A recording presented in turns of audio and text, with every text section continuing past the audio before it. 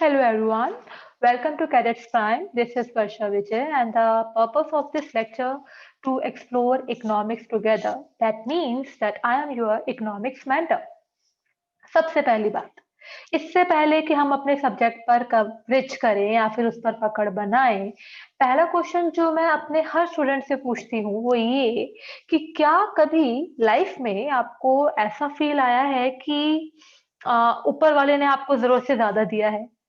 अगर शुद्ध भाषा में पूछूं तो महीने के एंड पर एक ऐसा ख्याल आया हो कि यार सारी जरूरतें पूरी हो गई हैं लेकिन फिर भी मेरे पास तो ढेर सारा पैसा बचा रह गया है राम, अब मैं इसका क्या करूं। या फिर टाइम कभी ऐसा हुआ हो कि आपने अपने जरूरी जरूरी सारे काम निपटा दिए और फिर भी आपको लग रहा है कि यार इतना सारा टाइम बच गया, अब मैं इसका क्या करूं। आई नो आपका आंसर होगा नहीं, क्योंकि अगर मैं पर्सनली अपनी बात करूं तो मेरे साथ ऐसा कभी नहीं हुआ कि मुझे फील आया हो कि हाय राम इतना पैसा मैं इसका क्या करूं, या फिर यार मेरे पास तो टाइम ही टाइम है, कुछ तो काम होना चाहिए करने के लिए। ऐसा कभी नहीं होता। That means when we talk about the resources, resources बोले तो अभी की जो डिस्कशन हुई है वहां पे दो रिसोर्सेज की बात हुई है। One is time, another is money. तो यानी कि जब रिसोर्सेज की बात होती है, संसाधनों की बात होती है, तो हमें पता चलता है कि यार वो तो मुट्ठी भर है, राइट। इस दुनिया में कभी ऐसा शख्स नहीं मिलेगा जो बोले मेरे पास तो जरूरत से ज्यादा पैसा है, और ना ही कोई ऐसा शख्स मिलेगा जो बोले यार मेरे पास तो टाइम ही टाइम है। तेरे को 24 घंटे देता है भगवान, मेरे पास 48 घंटे। ऐसा कोई नहीं मिलने वाला, राइट। पॉइंट ये है कि जब रिसोर्सेस की बात होती है तो हमें लगता है हमारे पास रिसोर्सेस कम है। वो इसलिए क्योंकि जब उसके कंपेरेटिव यानी कि उसके सामने बात होती है डिजायर्स की, इच्छाओं की, तो लगता है कि यार ये तो बहुत सारी है। अगर मैं अपनी बात करूं तो मुझे इस दुनिया में पता नहीं क्या क्या चाहिए या क्या क्या नहीं चाहिए, लेकिन जब मैं बात करती हूँ रिसोर्सेस की तो रिसोर्सेज रहते हैं यार ये तो पूरा नहीं हो पाएगा, इसे अगले महीने कर लेंगे। अच्छा ये तो अगले महीने भी नहीं हो पाएगा, इसको तो अगले साल ही कर लेंगे, राइट। तो ये एक पर्सनल क्या बोलूं, एक इच्छाओं का एनकाउंटर है जो हर बार होता है कि यार ये पूरी नहीं हो रही, अगली बार कर लेंगे, अगली बार नहीं होगी उससे अगली बार कर लेंगे। और हाँ, क्यों होता है ये? इसलिए होता है क्योंकि आपकी बात करूं, मेरी बात करूं, कॉमन मैन की बात करूं, दैट्स द मेन पॉइंट। जब इकोनॉमिक्स की बात करते हैं तो कॉमन मैन की बात करते हैं। कॉमन मैन वो है जो आपके अंदर है, जो मेरे अंदर है, जिसकी इच्छाएं बहुत सारी हैं लेकिन रिसोर्सेस बहुत कम है बेचारे के पास। और ऐसे में क्या होता है, उसे चॉइस करनी पड़ती है। यानी कि अब जो मेन प्रॉब्लम हुई हिट वो ये थी, प्रॉब्लम टू चॉइस।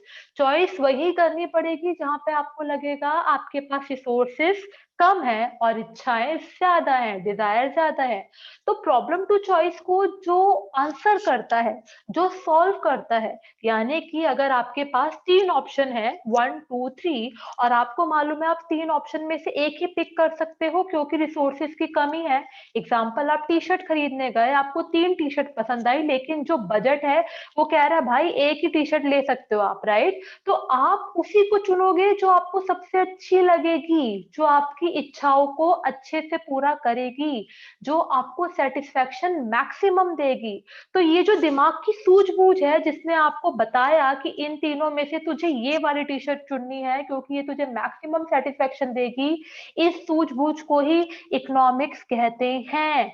यानी कि इकोनॉमिक्स आम आदमी का वो शस्त्र है जिससे वो रोजमर्रा के युद्ध लड़ता है, और सिर्फ लड़ता नहीं है, उन्हें जीतता भी है।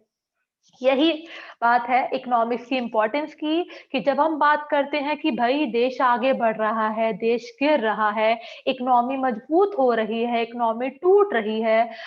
टूटने का मतलब गिरना। अभी कई बार कोरोना में आपने सुना ना, जीडीपी गिर गई गिर गई गिर गई। आई नो आप में से कई बच्चों के लिए ये टर्म्स थोड़ी सी मुश्किल होंगी कैच करनी। यकीन मानिए इन सब पर बहुत अच्छे से पकड़ कर आई जाएगी टाइम के साथ, बाय द टाइम। लेकिन तब तक के लिए मैं सिर्फ आपको इकोनॉमिक्स की बुनियाद बता रही हूँ कि इकोनॉमिक्स क्या बताती है। कि इकोनॉमी बढ़ गई गिर गई, महंगाई बढ़ गई कम हो गई, सेंसेक्स उछला और उसके बाद फिर गिर गया, सोना मजबूत हुआ उसके बाद वो लुढ़क गया, डॉलर यार कितना स्ट्रांग हो गया, रुपए की पता नहीं हालत कैसे खस्ता हो गई। तो इन सारे सवालों का जवाब आपको देता है इकोनॉमिक्स। इकोनॉमिक्स को हिंदी में अर्थशास्त्र कहते हैं। अर्थ का मतलब होता है पैसा, बोले तो पैसे का शास्त्र, यानी कि आम आदमी का, जैसे कि मैंने आपको बताया, सबसे बड़ी प्रॉब्लम यही रहती है कि जो लिमिटेड रिसोर्स होता है उसको किस तरीके से अच्छे से पूरा करे, तो उसके लायक उसे बताता बनाता है इकोनॉमिक्स। और वो इकोनॉमिक्स बचपन से आपकी लाइफ में है। आप में से कई बच्चे होंगे जिन्हें लगता होगा कि 11th 12th में हमने इकोनॉमिक्स पढ़ी है तो हमारा तो भैया इजी है चांस सीडीएस क्लियर करने का। और कई बच्चे ऐसे होंगे जिन्होंने नहीं पढ़ी और वो सोचते होंगे यार कितना मुश्किल सब्जेक्ट है, मेरे तो पता नहीं कैसे होगा। लेकिन यकीन मानिए इकोनॉमिक्स 11th 12th के दायरे से काफी बड़ी है। और मैं आपको धीरे धीरे ये साबित करके दिखाऊंगी कि किस तरीके से भले ही आपने इकोनॉमिक्स पढ़ी है अब तक या नहीं पढ़ी है, लेकिन इकोनॉमिक्स बहुत आसान बनेगी और आपको समझ में आएगा कि यार ये तो वही है जो रोजमर्रा में घर पर होती है, सुबह से लेके शाम तक होती है, न्यूज चैनल पर होती है और कभी कभी चार दोस्तों के बीच डिस्कस होती है। छोटा सा एग्जांपल दूंगी मैं आपको, डीमोनेटाइजेशन, राइट, विमुद्रीकरण जो हुआ था, कि इकोनॉमी के लिए सही था या गलत था। मुझे ये कहते हुए थोड़ा दुख होता है कि जो सरकार के पक्ष में थे, फेवर में थे, वो कहते हैं भैया क्या पॉलिसी थी, बहुत ही अच्छी थी, बहुत सक्सेसफुल रही। कुछ लोग जो सरकार के विरोधी रहे वो बोलेंगे क्या बेकार सी इकोनॉमी थी, क्या पॉलिसी थी, वाट लग गई हमारी इकोनॉमी की। लेकिन यहाँ सवाल उठता है उन मुट्ठी भर समझदार लोगों का जो सरकार के फेवर पक्ष और विपक्ष से उठकर उसके लॉजिक पर आए कि क्या ये पॉलिसी क्या है, ये पॉलिसी है क्या, क्या ये जरूरी है और ये क्या क्या कर जाएगी। वो जो सूझबूझ वाले लोग होते हैं वो होते हैं इकोनॉमिक्स वाले लोग, यानी कि वो लोग जो जिम्मेदार हैं, जो इस बात पे नहीं जा रहे कि सरकार मेरी फेवरेट है तो पॉलिसी तो है ही अच्छी और सरकार मुझे पसंद नहीं है तो पॉलिसी है ही बेकार। इन लोगों से उठकर आते हैं वो लोग जिनकी सूझबूझ स्ट्रांग होती है, जो दिल के मामले में नहीं पढ़ते कि भैया मेरी सरकार तो मेरी फेवरेट है या अच्छी क्या सरकार है। वो पढ़ते दिमाग के पॉइंट ऑफ व्यू पे कि भाई पॉलिसी को देखो, समझो कि क्या इम्पैक्ट लेकर आएगी, और जब उस इम्पैक्ट को आप समझ लो तो उसके बारे में राय बनाओ। तो जो मैं कह रही थी कि चार दोस्तों के बीच में जो डिस्कस होती है वो कई बार इकोनॉमिक्स होती है। तो यही बात है कि कितनी बार आप ऐसे टॉपिक्स में, डिबेट में, वाद विवाद में पढ़ेंगे, चाय पे चर्चा में पढ़ेंगे, चार दोस्तों की यारी में डिस्कशन में पढ़ेंगे, और तब आप जानेंगे कि अगर आपके इकोनॉमिक्स से कॉन्सेप्ट स्ट्रांग है तो आप वहां पे अच्छी अच्छी यानी कि पॉइंट वाली बातें करेंगे। कहा जाता है कि इन दो लफ्जों से ज्ञान तभी निकलता है जब दिमाग में ज्ञान भरा हो, राइट। एक बंदा जब मुंह खोलता है तो दूध का दूध पानी का पानी हो जाता है कि भैया हाँ ठीक है इसका ये लेवल है। अगेन हम यहाँ पे किसी का अपमान या मान सम्मान पे बात नहीं उठा रहे, हम यहाँ पे बात उठा रहे हैं अपनी समझ की, कि मैं जब कुछ बोलूं तो वो वास्तविकता और ज्ञान से इतना भरपूर हो कि जब मैं अपने लफ्जों का इस्तेमाल करूं अपने थॉट को सामने वाले के सामने रखने के लिए, तो वो समझे कि हाँ बंदे ने पॉइंट की बात करी है। और पॉइंट की बात वही करेगा जिसके कॉन्सेप्ट क्लियर होंगे, जिसको पता होगा कि इकोनॉमिक्स क्या है, पैसे का खेल क्या है, और किस तरीके से ये हम सबको कहीं ना कहीं नचा के चलता है, राइट। तो सबसे पहली बात, इकोनॉमिक्स का छोटा सा इंट्रोडक्शन दिया है, पूरा डिटेल्ड इंट्रोडक्शन, इकोनॉमिक्स कितने टाइप की है, किसने इकोनॉमिक्स को जाना पहचाना नाम दिया, वो सब मैं आपको आने वाले लेक्चर्स में करवाऊंगी, टेंशन नहीं लेने का। जहां से मैं देखती हूँ ये मैराथन है, मैराथन का मतलब है भाई जल्दी जल्दी दौड़कर अपना टारगेट पूरा करना है। और इसलिए मैंने जो पहला लेक्चर है वो ज्यादा डिस्कशन में ना डालकर मुद्दे की बात पे बनाया है। मुद्दे की बात ये है कि अगर मैं आपकी जगह होती, मैं सीधा सीधा वो टॉपिक चाहती कि टीचर उठाए जो पेपर में काफी बार आया है, जिसके आने के चांसेस हैं। तो यहाँ पे मैंने सिंपल सा एक टॉपिक उठाया है जिसका नाम आप देख सकते हैं, introduction to demand. Introduction to demand paper में कई बार आया है, मैं आपको सबसे पहले इसके बेसिक्स डिस्कस करूंगी और उसके बाद इसके वो क्वेश्चंस कराऊंगी जो आपके पेपर में आए हैं। सारे क्वेश्चंस नहीं लिए हैं, कुछ दो तीन क्वेश्चंस छोड़े भी हैं ताकि वो इस थियोरी को पढ़कर समझकर, इस लॉजिक को समझकर आप भी उसमें दिमाग लगाएं और उसको सही से कर पाए, राइट। एक टीचर का ऑब्जेक्टिव अपने स्टूडेंट को इस लायक बनाना होता है कि वो टीचर के बिना भी रॉक स्टार की तरह परफॉर्म करे। और यकीन मानिए हमारी कोशिश यही रहेगी कि आपकी डिपेंडेंसी टीचर पे ना बने, बल्कि आप आगे बढ़े उसके लॉजिक्स को लेते हुए, ताकि टीचर को आपको कल को प्राउड हो। और इनफैक्ट कल को जब आपका सिलेक्शन हो जाएगा तो आपको अपने टीचर पे प्राउड हो कि यार हाँ, एक टीचर मिला था जिसने मुद्दे की बात कराई थी, राइट? तो उसी मुद्दे को आगे बढ़ाते हुए चलते हैं। सबसे पहले जैसे कि मैंने बताया कि इंट्रोडक्शन टू डिमांड चैप्टर का नाम है, तो सबसे पहले हम पकड़ बनाएंगे इसकी डेफिनेशन पर, राइट? हम इसकी डेफिनेशन पर पकड़ बनाएंगे। तो वो डेफिनेशन कहती है, it is that quantity of a commodity which a consumer is able and willing to buy at a particular time and at a particular price। शुद्ध भाषा में समझाऊं तो जब भी किसी दुकान पर आप या मैं कुछ खरीदने जाते हैं, फॉर एग्जाम्पल हम चीनी खरीदने गए, राइट? हमने कहा भैया जी जरा चीनी दे दीजिए, तो भैया का पहला क्वेश्चन क्या होगा बताइए, सोचिए। एग्जैक्टली भैया बोलेंगे भाई कितनी, राइट? यानी कि जब कुछ मांगा जाता है तो वो हमेशा क्वांटिटी में मांगा जाता है, राइट? किलोग्राम, ग्राम, लीटर, मीटर। तो it is that quantity of a commodity. Commodity मतलब चीज, बचपन में कहते हैं ना चिंची। तो वही उसी चीज की बात हो रही है, उसी चिज्जी की बात हो रही है। It could be anything, it can be service और गुड, राइट? तो it is that quantity of a commodity, यानी कि भाई जो तुझे चाहिए वो तो मात्रा में मांगेगा, क्वांटिटी में मांगेगा। which a consumer is able and willing। ध्यान दीजिएगा भाइयों बहनों जरा इस टर्म पर। मेरा मन है मेरे पास BMW, लेकिन बैंक में जमा जो पैसा है वो चिल्ला चिल्ला के कह रहा है कि बाबूजी धीरे चलना, राइट? बाबूजी धीरे चलना मतलब भाई तेरे अकाउंट में पैसे नहीं है इतने, कहाँ कहाँ जा रहे हो भाई, कहाँ? यानी कि मन तो बहुत है, मतलब विलिंगनेस तो बहुत है, लेकिन एबिलिटी नहीं है। एबिलिटी मतलब चाह, एबिलिटी मतलब क्षमता, क्या मेरे पास उतना पैसा है? और विलिंगनेस का मतलब होता है इच्छा करना, राइट? मुझे चांद चाहिए, ये मेरी विलिंगनेस है, लेकिन एबिलिटी क्या मैं उसको पा सकती हूँ? मैं नहीं पा सकती, राइट? और एक ये बिल्कुल एक फिक्टिशियस सा, एक इमेजिनरी सा एग्जांपल था, इसका वास्तविकता से कोई लेना देना नहीं है। आपके टीचर को चांद नहीं चाहिए, उसे अपने बच्चों का सिलेक्शन चाहिए, दैट्स इट, राइट? तो which a consumer is able and willing to buy at a particular time. एक बार फिर से बताती हूँ, मेरा मन है BMW खरीदने का, लेकिन अकाउंट में पैसा नहीं है, तो वो मेरी डिमांड नहीं है, क्योंकि मेरी विलिंगनेस है लेकिन एबिलिटी नहीं है। दूसरी तरफ मेरे पास जो क्षमता है पैसों की खरीदने की, वो स्कूटी की है, लेकिन स्कूटी खरीदने का मेरा मन नहीं है। तो BMW खरीदने का मन है लेकिन पैसा नहीं है, और स्कूटी का मेरा क्षमता है, एबिलिटी है, लेकिन विलिंगनेस नहीं है। तो भाइयों बहनों ये दोनों ही मेरी डिमांड नहीं है। डिमांड के लिए जरूरी है कि तेरा मन भी हो वो खरीदने का और तेरे पास पैसा भी हो, राइट? तो एबिलिटी और विलिंगनेस दोनों की बात होगी, तभी डिमांड होगी, अदरवाइज नहीं होगी, right? Eight a particular time बोले तो ये टाइम ना अच्छे अच्छों को नचाता है, ये टाइम डिमांड को भी नचाता है। आ, बोलते हुए दुख होता है, लेकिन 2019 के एंड से पहले, और अगर इंडिया की बात करूं तो फरवरी मार्च 2020 से पहले, मास्क क्या होते हैं, सैनिटाइजर कब कब यूज करना चाहिए, डेटॉल का हैंड वॉश कितना जरूरी है जीवन के लिए, ये हमें पता ही नहीं था। ये कोविड आया और हमें बता के गया कि भाई इनके बिना जीना छोड़ दो, राइट? जिंदगी के मायने नहीं है अगर ये मास्क, सैनिटाइजर और ये हैंड वॉश आपकी लाइफ में नहीं है।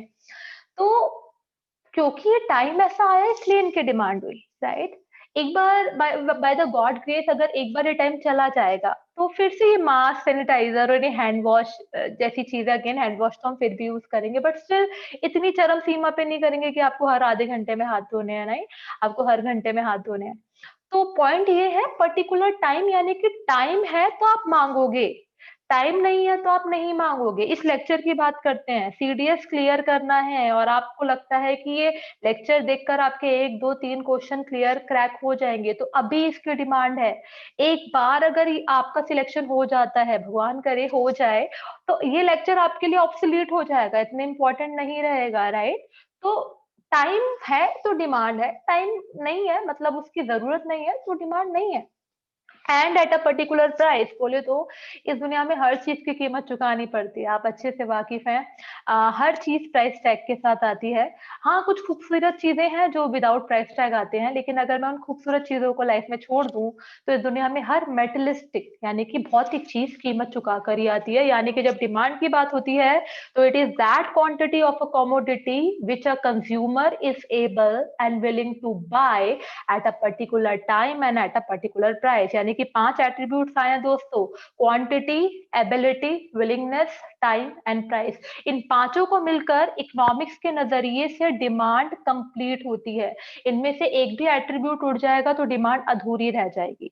पेपर में एक बार आपके लिए डिमांड की डेफिनेशन भी आई थी इन पांचों एट्रीब्यूट के साथ, और आपको टिक करना था ऑल ऑफ द अबव, क्योंकि ऊपर के सारे पॉइंट्स में सारे एट्रीब्यूट थे और हमें बताना था कि डिमांड क्या होती है। राइट, ठीक है, आगे बढ़े। ओके, इसके बाद यार बात करते हैं कि फैक्टर्स अफेक्टिंग डिमांड, यानी कि डिमांड पे बेसिक कवरेज तो कर ली, लेकिन इसको कौन कौन से फैक्टर है जो नचाने की शक्ति रखते हैं। नचाने का मतलब है इम्पैक्ट करने की शक्ति रखते हैं, राइट।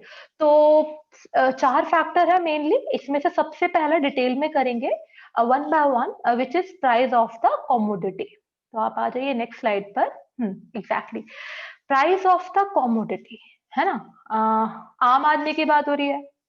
आम आदमी के पास पैसा लिमिटेड होता है और उसे बचपन से सिखाया जाता है कि भाई अगर चीज सस्ती है तो छोड़ने का नहीं, और अगर महंगी है तो लेने का नहीं। राइट, ये वो चीज है जो हम बचपन से सीखते हैं, फैमिली के व्यवहार से, फैमिली के बात करने के तरीके से, सोच से।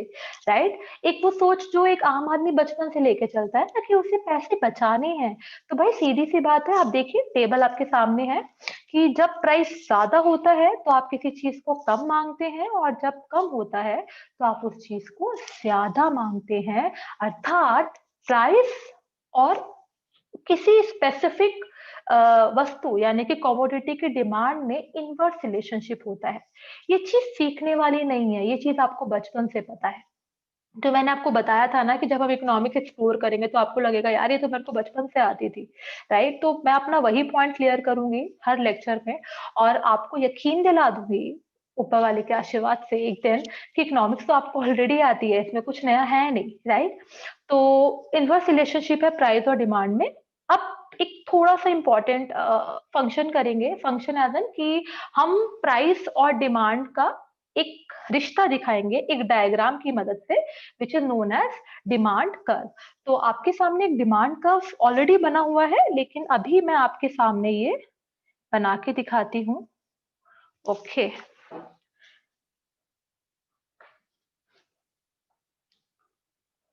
So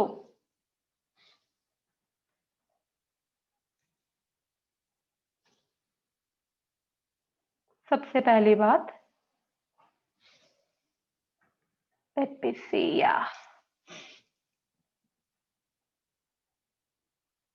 let me clear the canvas. थोड़ी सी कनेक्टिविटी का इशू है हल्का फुल्का, not more than that.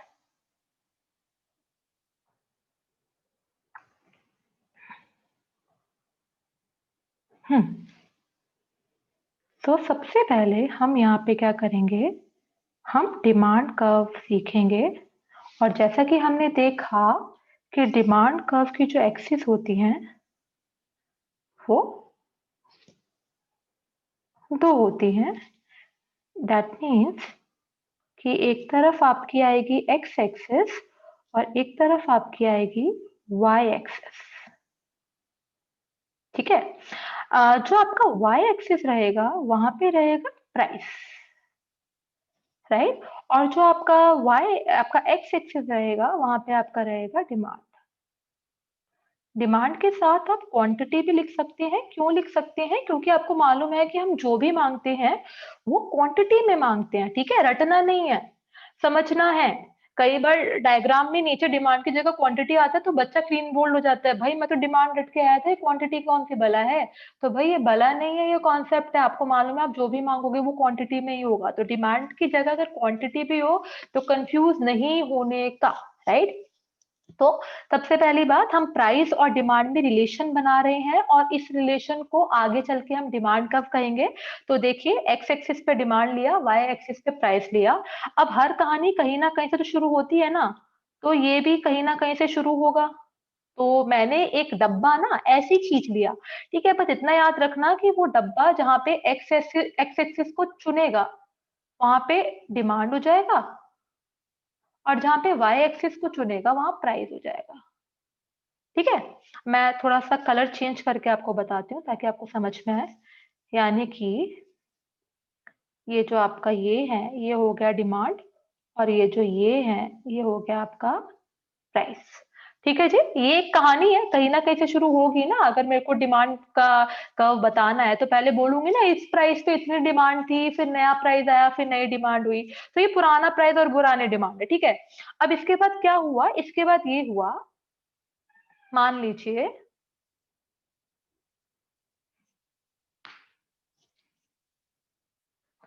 Price गिरा,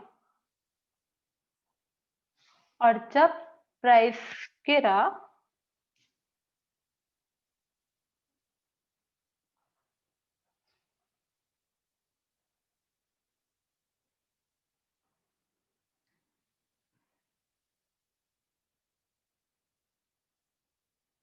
प्राइस गिरा, जो प्राइस है उससे प्राइस गिरेगा तो भाई एरो नीचे की तरफ आएगा।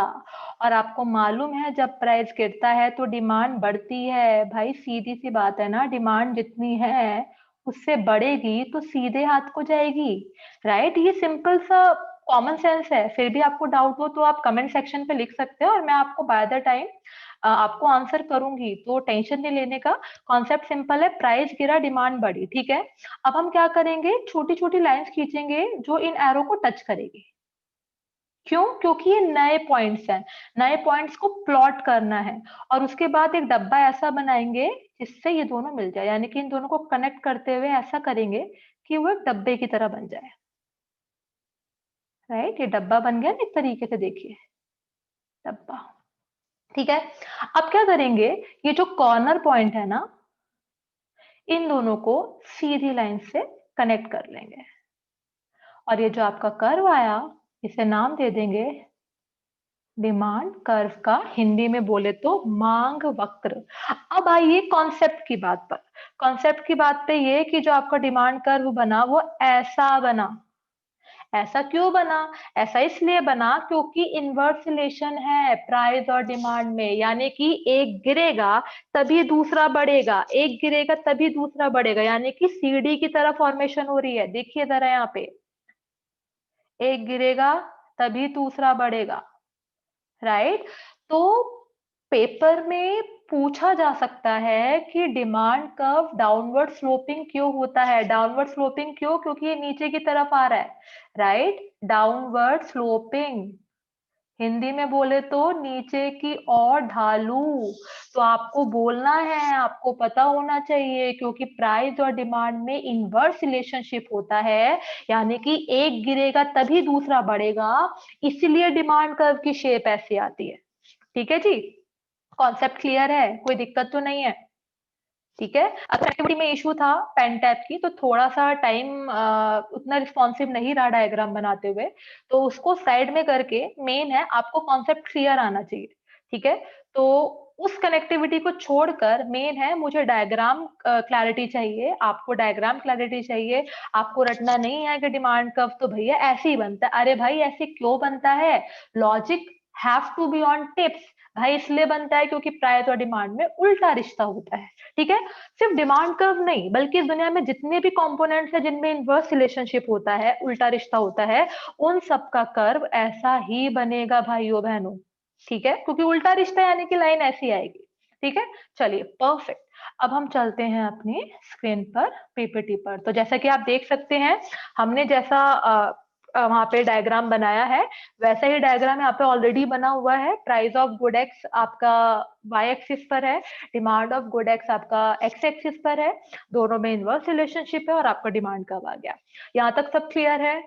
कोई टेंशन तो नहीं है? पक्के से? परफेक्ट। ठीक है, अब इसके बाद हम सेकेंड एट्रीब्यूट पर आते हैं। वो है price of related good.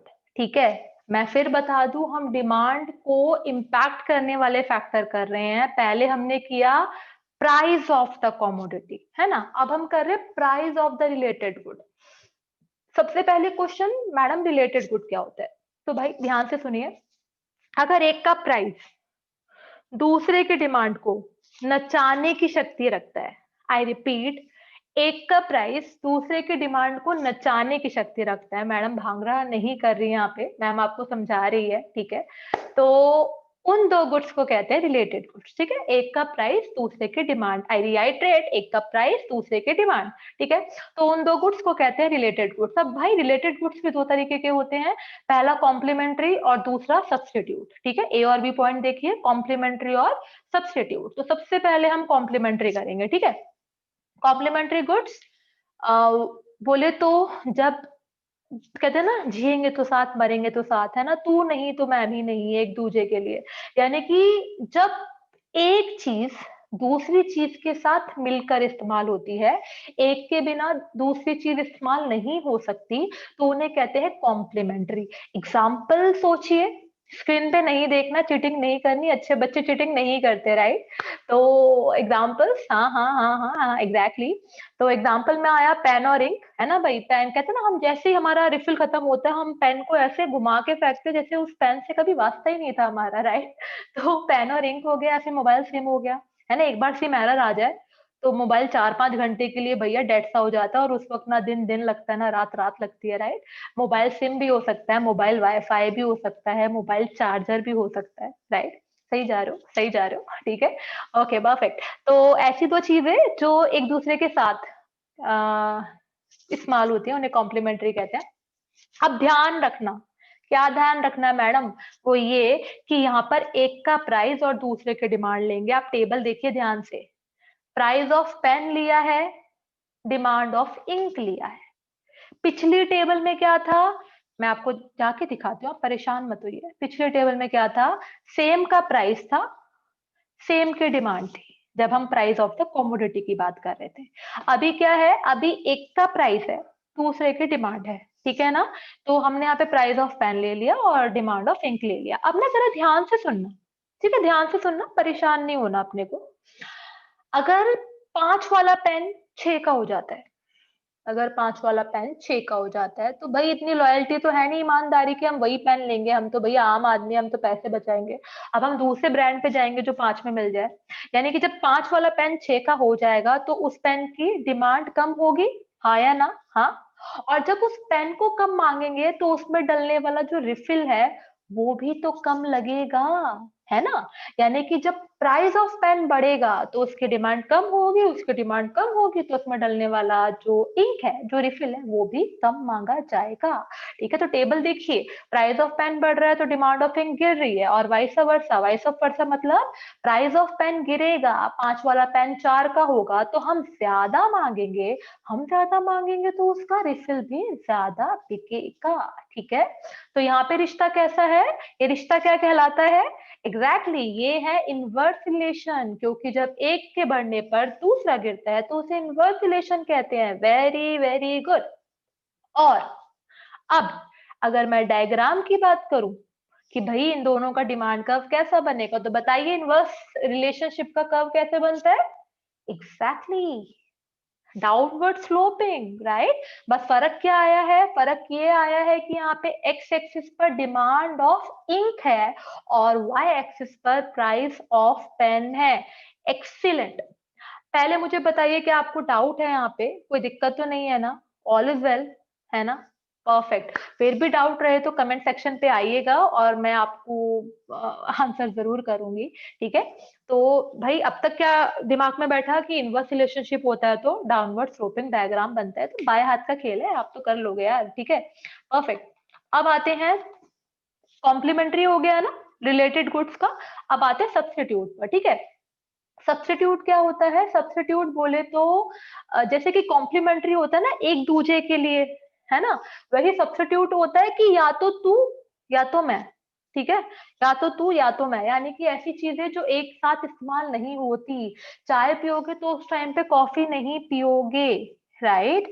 Colgate करोगे तो उस टाइम पे दंत क्रांति यूज नहीं कर सकते। सब्स्टिट्यूट, कॉम्पिटिटर, आ देखे जरा किसमें कितना है दम, ठीक है, एग्जैक्टली अब सब्स्टिट्यूट में हमने एग्जांपल लिया टी और कॉफी का, ठीक है भाइयों बहनों। फिर बता दूं, price of T, demand of coffee, एक का प्राइस, दूसरे की डिमांड। आप इन दोनों में से किसी का भी प्राइस ले सकते हो, किसी की भी डिमांड ले सकते हो, लेकिन ऑपोजिशन का रिलेशन सस्टेन रखना है।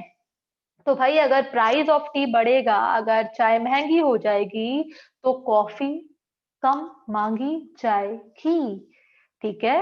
मैंने आपको गलत बोल दिया थोड़ा सा, मैं फिर से थोड़ा ठीक करके बोलती हूँ कि अगर प्राइस ऑफ टी बढ़ेगा, अगर चाय महंगी होगी, चाय महंगी होगी तो चाय कम मांगी जाएगी, चाय कम मांगी जाएगी तो किस पे जाएंगे हम, उसके कॉम्पिटिटर पर, कॉफी ज्यादा मांगी जाएगी। मेरे मुंह से गलती से गलत निकल गया था, माफ कीजिएगा। आप यहाँ पे समझिए, कॉमन सेंस लगाइए कि अगर एक का प्राइस बढ़ेगा तो हम फटाफट दूसरे पे झपट्टा मारेंगे, यानी कि एक का प्राइस बढ़ने पर दूसरे की डिमांड बढ़ेगी। और इसी तरीके से अगर टी के प्राइस गिरेगा तो टी ज्यादा मांगी जाएगी, और टी ज्यादा मांगी जाएगी तो कॉफी कम मांगी जाएगी। मुझे मालूम है आप लोग क्या सोच रहे हैं, आप सोच रहे हैं मैम मैं तो चाय का दीवाना हूँ और दीवानी हूँ, मैं तो चाय पीऊंगी, एग्जैक्टली मैं भी ऐसी हूँ, I am a T हॉलिक, right. तो भैया हमें तो चाय चाहिए, कॉफी है ही क्या, हमने तो कभी पी नहीं। तो हम जैसे लोगों के लिए, हम जैसे संख्यों के लिए एक अलग सा कॉन्सेप्ट है जो मैं आपको करवाऊंगी इसी क्लास में। अभी हम फिलहाल आम आदमी की बात कर रहे हैं जिसे सिर्फ और सिर्फ अपने पैसे बचाने हैं। तो भाई सीधी सी बात है, अगर प्राइस ऑफ टी बढ़ेगा तो टी कम मांगी जाएगी और मांगा जाएगा उसका कॉम्पिटिटर यानी कि कॉफी। यानी कि कैसा रिश्ता है ये, रिश्ता क्या कहलाता है बताइए। Direct, right. ऊपर अभी तक दो डायग्राम किए, दोनों में इनवर्स रिलेशनशिप था, इसीलिए डाउनवर्ड स्लोपिंग बना था। यहाँ पे क्या है, यहाँ पे डायरेक्ट रिलेशन है, यानी कि एक के बढ़ने पे दूसरा भी बढ़ रहा है, एक के गिरने पे दूसरा भी गिर रहा है। वहां पे उल्टा था, एक बढ़ रहा था दूसरा गिर रहा था, एक गिर रहा था दूसरा बढ़ रहा था। यहाँ या तो दोनों ऊपर जा रहे हैं या दोनों नीचे जा रहे हैं, तो इसको कहते हैं डायरेक्ट रिलेशनशिप। और डायरेक्ट रिलेशनशिप का डायग्राम कैसे बनेगा, मुझे बस 1 मिनट दीजिए, मैं आपको समझाती हूँ। कॉन्सेप्ट वही है। क्या कॉन्सेप्ट है, कॉन्सेप्ट ये है कि आप एक डायग्राम बनाएंगे एक्स एक्सिस वाई एक्सिस का, ठीक है। यहाँ पे आपका आ गया टी का प्राइस और यहाँ आ गया आपका कॉफी की डिमांड, ठीक है। एक का प्राइस एक का डिमांड, एक का प्राइस दूसरे का डिमांड। अब वही कहानी हर बार की तरह शुरू तो होगी ना कहीं से, यहाँ पे शुरू हो गई, ठीक है। जितना ये है ये टी का प्राइस है और जितना ये है ये कॉफी की डिमांड है। अब मान लीजिए कि टी हो गई महंगी, महंगी हो गई तो प्राइस अप जाएगा ना, ऊपर की तरफ एरो आया।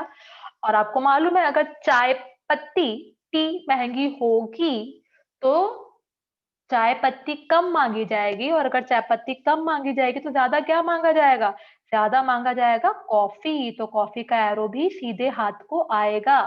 अब क्या करना है भाई, दो लाइनें खींचनी है इनको टच करते हुए, जो कि नए एट्रीब्यूट्स की लाइनें हैं, और फिर इन दोनों को एक डब्बा बनाते हुए जोड़ देना है, राइट। और इसके बाद क्या है, ये जो दो कॉर्नर पॉइंट्स हैं इनको सीधी लाइन से मिला देना है। थोड़ा सा ऊपर नीचे आया ये, इसको कहेंगे डिमांड कर्व। नाम वही है, डिमांड कर्व क्यों है, क्योंकि ये प्राइस और डिमांड में रिलेशन बता रहा है, ठीक है। ये बात और है कि एक का प्राइस है दूसरे का डिमांड है, लेकिन रिलेशन प्राइस और डिमांड में ही बता रहा है। यानी कि क्या सीखा भाइयों बहनों, हमने ये सीखा कि जब दो एट्रीब्यूट में सीधा रिलेशन होता है तो आपकी जो कर्व है वो अपवर्ड स्लोपिंग होता है, ऊपर की ओर ढालू। क्यों होता है, क्योंकि भाई तू बढ़ेगा तो मैं भी बढ़ूंगा, तू गिरेगा तो मैं भी गिरूंगा, है ना, साथ साथ, राइट। तो डायरेक्ट रिलेशनशिप में क्या होता है, अपवर्ड स्लोपिंग आता है ऊपर की तरफ, और इनवर्स रिलेशनशिप में डाउनवर्ड स्लोपिंग आता है नीचे की तरफ। इतना क्लियर है, कोई दिक्कत तो नहीं है, पक्का promise, pinky promise, right. Okay perfect. तो इसके बाद हम चलते हैं नेक्स्ट एट्रीब्यूट पर। नेक्स्ट एट्रीब्यूट है इनकम ऑफ द कंज्यूमर। बोले तो भाई एक कंज्यूमर की इनकम भी बहुत ज्यादा इम्पैक्ट करती है कि वो क्या मांगे क्या नहीं मांगे। तो यहाँ पे सबसे पहले हम दो गुड्स की बात करेंगे, क्योंकि इनकम सारे गुड्स को एक तरीके से इम्पैक्ट नहीं करती, कुछ को अलग तरीके से करती है, कुछ को अलग तरीके से करती है। तो पहला है नॉर्मल गुड, ठीक है। तो सबसे पहली बात, नॉर्मल गुड होता क्या है। तो दिक्कत नहीं करनी, दिमाग में ज्यादा प्रेशर नहीं लेना, सिंपल सोचो। हर वो चीज जो आपको लगता है कि मैम कल को मेरी इनकम बढ़ेगी ना तो मैं ज्यादा मांगूंगा। हर वो चीज जो आपको लगता है कि मैम कल को मेरी इनकम बढ़ेगी ना तो मैं ज्यादा मांगूंगा। मैंने यहाँ पे छोटा सा देसी सा एग्जाम्पल लिया है, क्रीम मिल्क, ठीक है। टोन मिल्क को हटा के मैंने क्रीम मिल्क, वो सिर्फ इसलिए क्योंकि एक ट्रेडिशनल एग्जांपल है ये, ठीक है। तो दिल पे मत लीजिएगा अगर आप टोन मिल्क यूज करते हैं। Tone milk actually healthy for healthy रहता है आजकल, बट अगेन क्योंकि कहते हैं ना महंगी चीज को अच्छा मांगते हैं, तो मैंने यहाँ पे क्रीम मिल्क ले लिया, टोन मिल्क नहीं लिया। या फिर अगेन मैं कह रही हूँ ऐसी हर वो चीज जो आपको लगता है कि मेरी जैसे जैसे इनकम बढ़ेगी मैं उसको ज्यादा यूज करूंगा, वो सारी चीजें नॉर्मल गुड्स है, ठीक है। मैंने एग्जांपल लिया यहाँ पे क्रीम मिल्क। तो सीधी सी बात है, रिश्ता किससे जोड़ना है। यहाँ पे प्राइस की बात तो हो ही नहीं रही, यहाँ पे इनकम से रिश्ता कायम करना है। तो नीचे देखिए टेबल, इनकम बढ़ रही है तो क्रीम मिल्क ज्यादा मांगा जा रहा है, और जब गिर रही है तो क्रीम मिल्क की डिमांड कम हो रही है। सिंपल सी बात है, हम सब लोग बजट के अकॉर्डिंग चलते हैं, राइट। हमारा अगर पैसा है तो हम ज्यादा मांगेंगे अच्छी चीज, और अगर नहीं है तो हम कम चीजों में ही थोड़ा सा सही सही काम कर लेंगे, ठीक है ना। हम तो संत लोग हैं भैया, बजट के अकॉर्डिंग चलेंगे। तो आम आदमी है हम लोग, राइट। तो अब रिलेशनशिप कैसा रहा बताइए, इनकम और क्रीम मिल्क की डिमांड का, यानी कि नॉर्मल गुड्स का कैसा रहा। डायरेक्ट, क्योंकि इनकम बढ़ रही है तो वो भी ऊपर जा रही है डिमांड, और नीचे जा रहा है तो ये भी नीचे जा रही है। और आपको मालूम है ना डायरेक्ट का कैसे डायग्राम बनता है। Very good, upward sloping. एक तरफ इनकम आया, दूसरी तरफ नॉर्मल गुड की डिमांड आया जो कि यहाँ पे क्रीम मिल्क है। और रिश्ता कैसा आया, सीधा। सीधा बोले तो अपवर्ड स्लोपिंग। यहाँ तक कोई दिक्कत तो नहीं है, पक्का प्रॉमिस। Very good. इसके बाद हम आते हैं, दो गुड्स थे ना, तो नॉर्मल तो हो गया, बात है इंफीरियर पर। इंफीरियर बोले तो वो चीज जो आपको लगता है यार मैम जैसे जैसे मेरी इनकम बढ़ेगी ना, मैं ऑफिसर बन जाऊंगा तो मैं ये चीज इस्तेमाल नहीं करूंगा। अभी तो हम कर रहे हैं इस्तेमाल इसको क्योंकि थोड़ी सी हालत पतली है, लेकिन जैसे जैसे हालत अच्छी होगी मैं इसको इस्तेमाल नहीं करूंगा। वो कुछ भी हो सकती है, इट कैन बी एनीथिंग। तो यहाँ पे मैंने ले लिया टोन मिल्क, है ना, अपना वही देसी एग्जाम्पल। मैं फिर बोल रही हूँ, दिल पे मत लीजिएगा। इट्स जस्ट एन एग्जाम्पल कि हमने यहाँ पे महंगी चीज को अच्छा रखा है और थोड़ी सस्ती चीज को खराब रखा है, सिर्फ एग्जाम्पल में बताने के लिए। वो ट्रेडिशनल एग्जाम्पल है जो बचपन से चल रहा है। मतलब इमेजिन मेरे को मेरे टीचर ने 11th में सेम एग्जाम्पल दिया था, किताबों से अब तक हटा नहीं है, तो इसलिए टीचर के टिप्स पे रहता है। अदरवाइज आप इस पे कोई भी ऐसा आइटम फिक्स कर सकते हैं जो आपको लगता है कि कल को आपका अच्छा हो जाएगा, तो आप उस चीज को रिप्लेस कर देंगे और अच्छी चीज इस्तेमाल करेंगे। हमने यहाँ पे टोन मिल्क लिया है, ठीक है। अब पॉइंट ये है कि इनकम बढ़ेगी तो टोन मिल्क कम माना जाएगा, और अगर कम होगी तो ज्यादा मांगा जाएगा। अच्छी चीज ज्यादा मांगते हैं इनकम बढ़ने पर, तो जो कम अच्छी चीज होती है वो कम मांगते हैं। और अगर इनकम भगवान ना करे कम हो जाए तो अच्छी चीज कम होगी और उसकी जगह वो चीज इस्तेमाल होगी जो कम अच्छी होगी। इतना क्लियर है ना, ठीक है। कुछ नया नहीं करवा रही, ये सब आपको बचपन से आता है, ठीक है। एग्जैक्टली, इकोनॉमिक्स तो घर घर की कहानी है। तो कैसा रिलेशनशिप हुआ इन दोनों में बताइए जरा। इनडायरेक्ट। Very very good. और इनडायरेक्ट पे कैसा बनता है diagram, downward sloping. Exactly, you are just wow. ठीक है, तो एक एक्सिस पे इनकम आ गई, दूसरे पे डिमांड ऑफ टोन मिल्क आ गया, इनवर्स रिलेशनशिप हो गया, तो आपका डायग्राम क्या हो गया, डाउनवर्ड स्लोपिंग। ठीक है जी, कोई दिक्कत तो नहीं है। परफेक्ट। ये लॉलीपॉप का पॉइंट है, इंटरेस्ट एंड प्रेफरेंसेस। भाई अगर कोई चीज दिल को भारी है तो हम ज्यादा मांगते हैं, और अगर नहीं भारी तो हम उसे ज्यादा नहीं मांगते हैं ना। तो इसका डायग्राम नहीं बनाया है। क्यों नहीं बनाया है, क्योंकि आप इंटरेस्ट और प्रेफरेंस को क्वांटिटेटिव नहीं कर सकते, प्राइस और इनकम को कर सकते हो, राइट। इसको नहीं कर सकते, हालांकि कई टीचर इसका भी डायग्राम बनवा देते हैं, लेकिन लाइटली नहीं बनना चाहिए, ठीक है ना। अगर बनाओगे तो कैसा बनेगा भाई, डायरेक्ट रिलेशनशिप है तो आपको तो मालूम है अपवर्ड स्लोपिंग बनेगा, ठीक है, लेकिन टेक्निकली वो गलत होता है। तो सीधी सी बात है, कोई चीज ज्यादा पसंद है तो आप उसे ज्यादा मांगोगे, कम पसंद है तो कम मांगोगे, ठीक है। यहाँ तक कोई दिक्कत है, पक्का, all well, very good. Okay, अब नेक्स्ट हेडिंग पर आइए, इस हेडिंग में से मैं आज आपको 2 क्वेश्चंस कराऊंगी जो आपके पेपर में आए हैं, that is law of demand. अब सबसे पहली बात जो मैं बोलूँ ना उसको ध्यान से सुनना, ठीक है? आप बोलोगे मैम सुनी तो रहती देर से, पर फिर भी वो आदत पड़ जाती है ना, कोई नहीं आप दिल पे मत लीजिए, आप सुनिए फिर भी, ठीक है? तो लॉ ऑफ डिमांड बोले तो मैं जो बोलूँ उसको ध्यान से सुनना। मैंने कहा कि इस दुनिया में अगर कोई चीज महंगी है, आई रिपीट, अगर कोई चीज महंगी हो रही है तो मैं उसे कम ही लूंगी। टेबल देखिए जो सामने बनी हुई है प्राइस और डिमांड की, और अगर प्राइस कम हो रहा है तो मैं उसे ज्यादा ही लूंगी, ठीक है? आई रिपीट, अगर कोई चीज सस्ती है, महंगी है तो मैं उसे कम ही लूंगी, और अगर सस्ती है तो मैं उसे ज्यादा ही लूंगी। क्या मैं सही हूँ? सोच के बताइए, 10 सेकंड दीजिए, क्या मैं सही हूँ?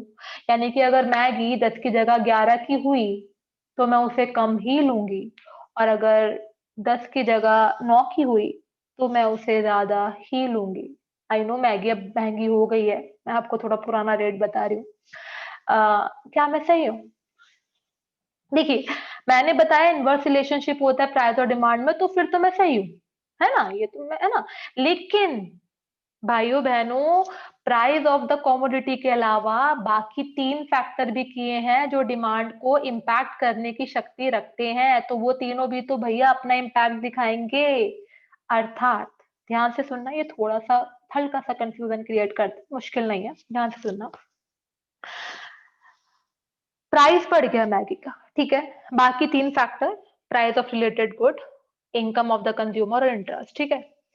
तो हम कहते हैं अगर प्राइस बढ़ गया तो हम कम ही मांगेंगे, ठीक है? लेकिन अगर इसी बीच कंज्यूमर की इनकम बढ़ गई तो, या मैगी को लेके उसकी दीवानगी बढ़ गई तो, उसे तो मैगी खानी है चाहे दुनिया इधर की उधर हो जाए, तो आपको तब भी लगता है कि वो मैगी कम मांगेगा क्योंकि मैगी महंगी हो गई है? सोच के बताइए, लगता है ऐसा? नहीं ना? बताया था ना मैंने अभी कि हम में से कुछ लोग ऐसे हैं जो चाय को लेके संकी हैं, हम तो चाय पियेंगे चाहे भली सस्ती हो महंगी हो। Exactly exactly. ईको खूबसूरत इसलिए ही है क्योंकि ये कोई चीज रटवाती नहीं है, ये पढ़ाएगी और उसके बाद जो दिक्कत आएगी वो भी बताएगी, ठीक है? तो लॉ ऑफ डिमांड क्या कहता है, ध्यान से सुनिए। लॉ ऑफ डिमांड ये कहता है कि there is an inverse relationship between price and demand of the commodity. यहां तक तो आता है। Keeping other factor constant. Keeping other factor constant क्यों किया? क्योंकि भाई ये जो इनवर्स रिलेशनशिप है मैगी के प्राइस का और डिमांड का, ये तब तक ही सही है जब तक बाकी फैक्टर्स में फर्क ना पड़े। क्योंकि एक बार अगर आपको लगा मेरे को तो मैगी ही खानी है, या आपकी इनकम बढ़ गई, तो भैया मैगी का बढ़ता हुआ प्राइस चाहे तेल लेने, आप तो मैगी खाओगे ही खाओगे। यानी कि लॉ ऑफ डिमांड बोले तो अगर मैगी के प्राइस और मैगी के डिमांड में, या फिर किसी भी चीज के प्राइस और डिमांड में अगर उल्टा रिश्ता है तो वो तभी बना रहेगा जब बाकी फैक्टर कांस्टेंट रहे। यानी कि हाँ, मैगी बढ़ेगी तो मैं कम मांगूंगा, मैगी का प्राइस बढ़ेगा तो मैं कम मांगूंगा, प्रोवाइडेड मेरी इनकम ना बढ़े, मेरा इंटरेस्ट चेंज ना हो, रिलेटेड के गुड्स के प्राइस जो है उसमें फर्क ना आए। तो हाँ, ऑब्वियस सी बात है, महंगी होगी तो मैं कम मांगूंगा, सस्ती होगी तो मैं ज्यादा मांगूंगा। लेकिन अगर प्राइस बढ़ा लेकिन बाकी फैक्टर्स में भी चेंज हुआ, इनकम बढ़ी, मैगी को लेके दीवानगी बढ़ी, तो मैं भैया ऑब्वियस सी बात है ना, मैं मेरे को फर्क नहीं पड़ेगा, फिर मैं कम क्यों मांगूंगा, मैं तो ज्यादा ही मांगूंगा। आपको समझ में आ रहा है ना कि प्राइस और डिमांड में तभी इनवर्स रिलेशनशिप होगा, जब मतलब टिका रहेगा वो इनवर्स रिलेशनशिप, जब बाकी चीजें कांस्टेंट रहे, अदरवाइज वो रिलेशन चेंज हो सकता है। हाँ, तो कोई दिक्कत तो नहीं है आपको? क्लियर है ना? पक्का प्रॉमिस? ठीक है, दिक्कत रहे तो कमेंट सेक्शन पे लिख सकते हैं आप, ठीक है? चलिए ओके। अब लॉ ऑफ डिमांड तो हो गया। लॉ ऑफ डिमांड क्या कहते हैं, एक बार फिर से पढ़ देती हूँ। There is an inverse relationship between price and demand of the commodity keeping other factor constant, ठीक है? लेकिन इस दुनिया में कोई भी चीज पूरी सच तो होती ही नहीं है ना। एक ऐसा सत्य जो हर वक्त सत्य रहे, असत्य हो ही ना। आई थिंक ऐसा बहुत कम है इस दुनिया में, राइट? हर लॉ का तोड़ होता ही होता है ना? हमारी कानून व्यवस्था को देख लीजिए, इतने लूप होल्स हैं कि जो कानून बना हुआ है उसको तोड़ने के 100 कानून है, राइट? वैसे ही लॉ ऑफ डिमांड के भी तोड़ने के कुछ ना कुछ एट्रीब्यूट्स है जहाँ पे लॉ ऑफ डिमांड फेल हो जाता है। यानी कि हमने जो पढ़ा है कि प्राइस बढ़ेगा तो डिमांड कम होगा तो बढ़ेगा, कीपिंग अदर फैक्टर कांस्टेंट, ये भी कहीं ना कहीं फेल हो जाता है। तो अब हम पढ़ेंगे exception to the law of demand, यानी कि वो चीजें जहां पर ये सारी चीजें फेल हो जाती हैं। ठीक है, फेल हो जाती है एज इन कि जहां पे प्राइस और डिमांड का इनवर्स रिलेशनशिप नहीं होता, वो कट जाता है। यानी कि प्राइस बढ़ने पे डिमांड भी बढ़ सकती है और प्राइस कम होने पे डिमांड भी कम हो सकती है। दुनिया में कुछ भी हो सकता है। अब तक आपका टीचर बता रहा था प्राइस बढ़ेगा तो डिमांड कम ही होगा, प्राइस गिरेगा तो डिमांड बढ़ेगा ही।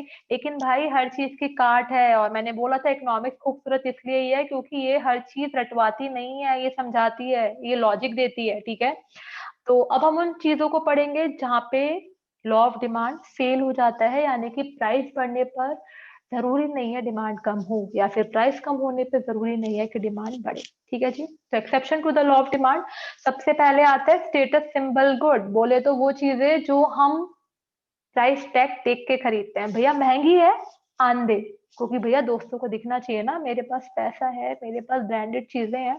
ठीक है, तो स्टेटस सिंबल चीजों को लग्जरी और वैबलेंट गुड्स भी कहते हैं। ठीक है, सिंपल सा पॉइंट है, ये चीजें दिखावे के लिए खरीदी जाती है। ठीक है, महंगी महंगी ज्वेलरी, महंगी महंगी bikes, jackets, watches, perfume, antique paintings वगैरह सब ये सिर्फ इसलिए खरीदी जाती है ताकि दिखे कि भैया अपने पास तो पैसा है। तो महंगी चीज होती है फिर भी खरीदी जाती है जस्ट टू शो ऑफ। ठीक है जी, तो एक्सेप्शन हो गया ना, यहाँ पे प्राइस ज्यादा है फिर भी आप ज्यादा खरीद रहे हो। उसके बाद आता है फैशन गुड्स। ये सिंपल है, जो फैशन में है वो तो मतलब दो दोस्तों ने खरीद ली तो आपका मन होता है मुझे भी खरीदना है। अभी स्मार्ट वॉचेस का काफी क्रेज चल रहा था, है ना, लोगों ने काफी खरीदी कि नहीं मेरे दोस्तों के पास है तो मेरे को भी स्मार्ट वॉच चाहिए, दिखे मेरे दिल की धड़कन कितनी है, मेरी मैंने कितनी कैलोरीज बर्न कर ली, मैं कितना चल लिया, मैं कितनी चल ली, सारी चीजें। तो फैशन में जो चीज आती है वो लोग खरीदना प्रेफर करते हैं। क्यों करते हैं? क्योंकि फैशन में है, यहाँ पे प्राइस जरूरी नहीं है कि कम हो, फिर भी लोग ज्यादा खरीदते हैं। इनफैक्ट फैशनेबल चीजों की प्राइसेस ज्यादा ही रहती हैं, फिर भी हम खरीदते हैं। क्यों? क्योंकि हमें जमाने के फैशन के साथ चलना होता है। ठीक है, जबकि कहा गया है कि फैशन के दौर में गारंटी की वो नहीं है, बात नहीं है। बट फिर भी फैशन में जब हम आते हैं तो बस हम फैशन वाली चीजों को ही ज्यादा प्रेफर करते हैं। ठीक है, तो उसके बाद आता है इंफीरियर गुड्स। इंफीरियर गुड्स बोले तो ऐसी चीजें जो लो स्टैंडर्ड है ना, कि कुछ चीजें जो सस्ती हैं। अब आपको तो बोला गया कि अगर प्राइस गिरेगा तो आप ज्यादा मांगोगे ही मांगोगे, लेकिन लेकिन अगर हद से ज्यादा खराब चीज है तो क्या आप तब भी ज्यादा मांगोगे? नहीं मांगोगे, क्योंकि आपको मालूम है क्वालिटी नहीं है इसके अंदर। राइट, एग्जांपल देती हूँ, बारिश हो रही है, ठीक है, अभी दिसंबर का महीना लग जाएगा, मतलब नवंबर दिसंबर, सर्दी हो गई और मान लीजिए एक दिन बारिश हो जाती है बहुत जोरों के और ओस सी पड़ने लग जाती है और आप बाहर अटक गए हो। बाहर मान लीजिए, अगेन मैं किसी की भावनाओं को ठेस नहीं पहुंचा रही, मैं आपको जस्ट एक एग्जाम्पल दे रही हूँ छोटा सा। बाहर आपको 5 रुपए के 10 पकौड़े मिल रहे हैं, ठीक है। अब दिमाग चीख चीख के कह रहे हैं यार हाइजीनिक नहीं है, हाइजीन नहीं है, ठीक नहीं है, मत खा, मम्मी मारेंगी, मम्मी बोलेगी, मतलब आपने खा लिया। ठीक है, अब आपको लगा कि यार सस्ते हैं, अच्छे हैं, घर पे भी लेके जाता हूँ, है ना, तो आप घर पे भी ले गए। आपको मालूम है ना घर जाके क्या होगा? घर जाके जो चपेड़ पड़ेगी ना, मेरे को पड़ी हुई है तो मुझे पता है कि भैया घर पे अगर आप मम्मी लोगों के सामने अगर आप क्वालिटी वाली चीजें नहीं लेके जाओगे तो भैया पड़ेगी तो सही। राइट, क्योंकि वो केयर करती हैं आपकी, वो नहीं चाहते आप बिलो स्टैंडर्ड खा के आप अपनी हेल्थ खराब करें। तो यहाँ पे इंफीरियर चीज है, प्राइस कम है फिर भी आप ज्यादा नहीं मांग रहे, क्योंकि आपको मालूम है कि ये सेहत के लिए हानिकारक है ना, चपेड़ पड़ सकती है घर पे जाके। राइट, नेसेसिटी गुड्स बोले तो जरूरी चीजें, साल्ट हो गया, सॉल्ट हो गया, मेडिसिन हो गई, प्राइस नहीं देखे जाते इनके, जितनी चाहिए उतने चाहिए ही चाहिए। तो यहाँ पे भी प्राइस और डिमांड का इनवर्स रिलेशनशिप फेल हो गया। राइट, हमें चाहिए ही चाहिए। हैबिट बोले तो आदत, बोले तो लत लग गई। अभी मैंने एग्जांपल दिया चाय का, अदरक वाली चाय, भैया शायद ही कोई होगा जिसे अदरक वाली चाय पसंद ना हो। मैं तो डाई हार्ट फैन हूँ उसका, डाई हार्ट मतलब बस अदरक वाली चाय मैं 12 महीने पीती हूँ। तो यहाँ पे क्या है, हैबिट। हैबिट बोले तो आदत, आदत के आगे प्राइस नहीं देखा जाता ना, जहाँ पे दिल लग जाता है वहां पे भी प्राइस टैग कौन देखता है। इमरजेंसी इमरजेंसी बोले तो ऐसी चीज जहाँ पे चीज आपको चाहिए ही चाहिए चीजों को। फॉर एग्जाम्पल आप पेपर देने गए और आपने देखा आपके जो ज्योमेट्री है वो गिर चुकी है, आपको पेन चाहिए, पेन है नहीं। एक बंदा आया, उसने बोला भाई 100 रुपए का मिलेगा, लेगा? तो भैया वहां पे आप मरता क्या नहीं करता, आप 100 रुपए भी देकर 2 रुपए वाला पेन लोगे। ये बात और है, बाहर आके आप पूछोगे भाई क्यों, क्यों है ना। लेकिन अंदर तो आपको ये है कि भैया पेन, उस वक्त आपकी तैयारी पूरी है और आपको पेपर क्लियर करना है, तो आप 2 रुपए वाले पेन के 100 क्या 500 रुपए भी दोगे, राइट? क्योंकि इमरजेंसी है, इमरजेंसी में कोई प्राइस नहीं देखता, राइट? चक्कर से आ रहे हैं, घर तक पहुंचना है, ऑटो वाला 100 की जगह 200 मांग रहा है, तो आप ये नहीं बोलोगे मीटर से चल लो भाई, आप बोलोगे ठीक है भाई ले चल। इमरजेंसी में कोई प्राइस नहीं देखता, right? Last is expectation of change in future prices, यानी कि अगर चीजों के प्राइस को चेंज होने की संभावना फ्यूचर में है, तो उससे फॉर एग्जाम्पल मान लीजिए अभी प्याज 50 रुपए किलो है, कल कल 50 रुपए किलो थी, आज 70 रुपए किलो है। तो कॉन्सेप्ट क्या कहता है, प्राइस बढ़ गया तो आपको कम खरीदनी चाहिए।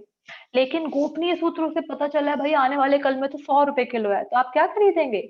आप ज्यादा खरीदेंगे, है ना? क्योंकि फ्यूचर प्राइजेस कुछ और इशारा कर रहे हैं, भाई प्राइस और बढ़ेगा, अभी ले ले, है ना? तो वहां पर आप क्या करेंगे, ज्यादा प्राइस पर भी चीजें खरीद रहे हैं, क्यों? क्योंकि फ्यूचर में और बढ़ने की संभावना है।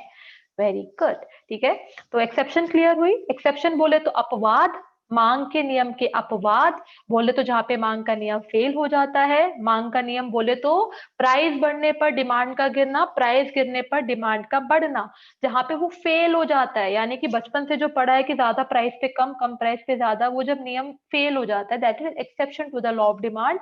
यानी कि वो सारी चीजें जो प्राइस बढ़ने पर भी आप ज्यादा लेते हो या कम होने पर भी कम लेते हो। यहाँ तक सब क्लियर है? पक्का प्रॉमिस? अब यहाँ तक हमने डिमांड के बेसिक बेसिक कॉन्सेप्ट कर लिए हैं। अब हम क्या करेंगे, अब हम करेंगे प्रीवियस ईयर क्वेश्चन जो इनके ऊपर आए हैं। मैंने सारे क्वेश्चंस नहीं लिए हैं, लेकिन मैंने कॉन्सेप्ट सारे क्वेश्चन को अटेम्प्ट करने वाले करवाए हैं। आप अटेम्प्ट कीजिएगा, डाउट है तो आप पूछ सकते हैं कमेंट सेक्शन पर। तब तक मैं आपको यहाँ पे सिर्फ 2 क्वेश्चन कवर करूंगी डिमांड के ऊपर जो आए हैं। एक और बात, मैंने एडवांस डिमांड नहीं लिया है, मैंने सिर्फ बेसिक डिमांड लिया है। एडवांस डिमांड हम अगले सेक्शन में करेंगे, ठीक है? तो परेशान मत होइएगा, करवाया सब कुछ जाएगा, बस टाइम का थोड़ा खेल रहेगा, तो देखते हैं कैसे क्या होता है। तो प्रीवियस ईयर क्वेश्चन में क्वेश्चन है, which one of the following is not an assumption in the law of demand? Very good question. Which one of the following is not an assumption in the law of demand? Option देखिए, there are no changes in the taste and preferences of consumer. B, income of the consumer remain constant. Consumer are affected by demonstration effect.